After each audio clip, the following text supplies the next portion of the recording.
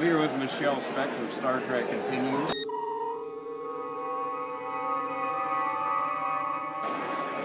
You came on the show, and your character is the only one that wasn't canon. Right. Were you nervous about? Ron, I was more than nervous about doing that.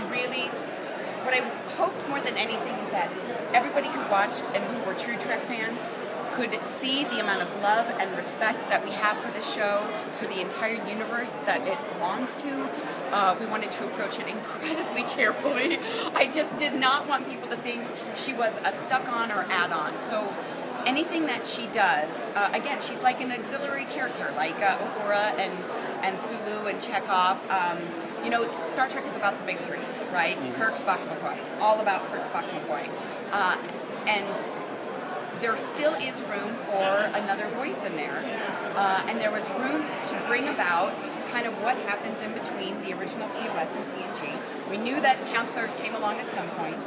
We weren't exactly sure when, so we just said, hey, let's try this out and see what it does, because we are doing Star Trek it was produced as a product of its culture and a product of its time. So it was a product of 1966 to 1969. But we're redoing this and bringing this back to life as a product of our culture and our time. So we can't help but add in a little bit of that modern added influence. So that's kind of what I think of when I think of McKenna. There was, in the original pilot, I don't know if you remember, Sally Kellerman played a character very similar to what Dr. McKenna was all about. And of course, Roddenberry got a chance to totally expand on that idea with Deanna Troi and Dr. Crusher in TNG. So I think of Dr. McKenna as like a bridge between those two. Roddenberry planted the seed in the original TOS with Sally Kellerman's character and was able to bring it to fruition with Deanna Troi and Dr. Crusher. So I feel like Dr. McKenna, is that kind of bridge between those two.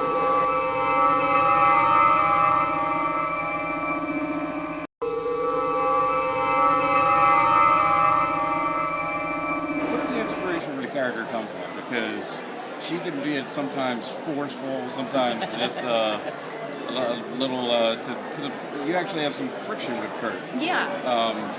Well, when I think about what it would be like for any officer to basically fill a non-existent role, that's what she is. She's the very first one. They're just starting this out, so she probably had to fight pretty hard to get there to begin with.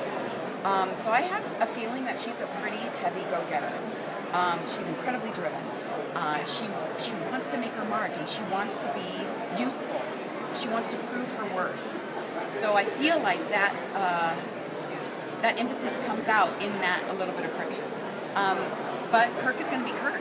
He's driven. He is dominated by that duty and loyalty and honor. So the prime directive is what he's going after. And I feel like Dr. McKenna's like, but there are people involved. So she's coming out she's going to be a little scrapper. She's an officer too, so she's kind of in a new category and kind of paving her own way. So yeah, she's a little go-getter. McKenna has so much friction with Kirk. It wasn't until about the third episode that I even figured out that you and Vic were engaged. Yeah. Now, was that a conscious decision because you have a relationship with Vic? Did you guys talk it out and go, okay, we love each other, but we're going to be at each other's throats? No, we basically, we didn't want, because Kirk has loves, but never did it ever happen on the ship. It was always a product of a really good story, where we got either a new story or a view of a past story of Kirk's life, right? And we didn't want there to be a ship romance. She needs to exist on her own as an ancillary character and have her own contribution and own voice. So we didn't want it to be like a love interest kind of thing. That's not, I think that's a little bit more of our modern aesthetic coming in there as well. We didn't want her just to be, with nothing real to say. And if we want her to be a real character with something real to say, then she's got to stand on her own and not simply be a possible interest, love interest. You are engaged, the man who plays Kirk. Was it a way to misdirect or? I think it wasn't intended to be. Honestly, I think that there's so much of Vic that is Kirk, and there's so much of me that is McKenna. Like, honestly, if I wasn't an actor, I would be a counselor. That's exactly what I would be doing in my life. So whenever we butt heads personally, that's the kind of stuff that we butt heads on. It really is. It's about worldview and our kind of level of priorities. And so it's kind of interesting that you bring this up. I don't think I ever thought about it before. But that's kind of, it wasn't intentional, but I think it's much more story-driven and character-driven. Much more story-driven and character-driven. These are two characters that have different sets of priorities, but are unified by a similar federation and similar vows of what they're committed to. But their priority system is different, so those priority systems come through. I really laughed so hard when he tried to sell you the Lou Ferrigno. Ah! Did you love that? Yeah. Yeah. You have a good sense of humor to be able to take that. Oh, it's, any of the funny bits that make it in there, just so you know, any of the funny bits that make it in there are usually improv. They're never in the script. So the little look I was able to give Lou when he winks at me and says he's gonna, that was improv. Then the whole little bit with Kirk and Dr. McKenna when Lilani intercepts them, like, why do you always challenge each other in this manner? I always thought this was a sign of mating, and we kind of go, That's when I finally, the light bulb went off. I was like, oh, wait a minute. Yes to the no, no to the yes. It was a wink I thought it was a wink at us. Yeah.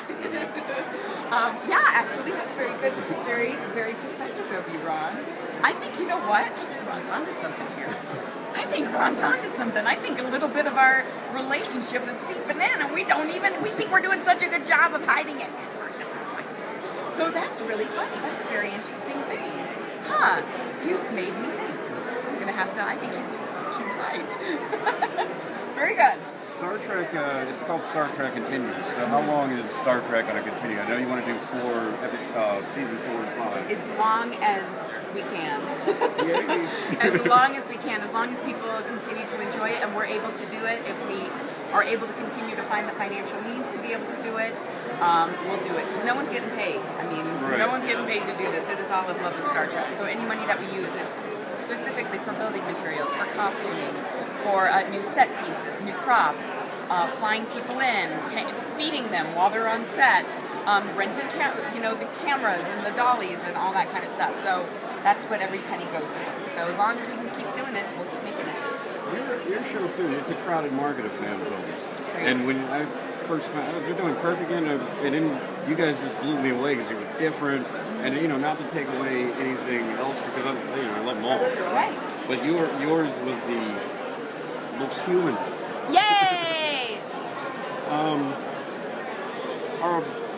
Speaking of the other fan films, there's some of them want to upgrade or change the Enterprise. Do you guys have any plans? No, this is TOS. Yes. No, we're going to keep TOS. That's why I think a lot of us can fall into that trap but we can do really great special effects and we can make things go boom and we can do all these great, no. Because Star Trek for me, TOS, is not about big shoot-em-ups. Mm-hmm. It's not about explosions and it's not about special effects. It's about incredible stories that bring out human dramas. It's about ethical dilemmas, moral dilemmas. It's about challenging who we are as human beings, how we view ourselves, how we view the world, how we view others. That's what this show is about. That's what it was about, and that's what Star Trek Continues is about. We're not looking to improve upon something that is already incredible. There's no need. My last question would be a fun one. Okay. Where were you when you found out Star Trek was going to continue? I know it had been an idea, but where did you find out, okay, we're doing this? When he finally built the soundstage, like when he partnered up with Farragut, and Farragut had the Enterprise, and they had part of the transporter room, and they were about to have to break it down and put it into storage. And Vic kind of came in and said, hey, why don't if I can find a bigger facility, would you be willing to put those sets in there and let me and you all together rebuild the entire soundstage, like to the inch of the Desilu soundstage? And they were like, okay. So when he started building this, I was like, holy crap, we might actually do this. Oh my god! And then when I went down and toured the sets for the first time, that was when I was like, holy crap, we're gonna do this! We're gonna make Star Trek! That was what it was. I think it really came home because I hadn't seen them in person. When I got to the sets in person and we took the first tour, I was like, oh my god, we're gonna do this. Yeah. Thanks so much for taking the time to talk with me. so good to meet you in person. You too. Thanks so much. You.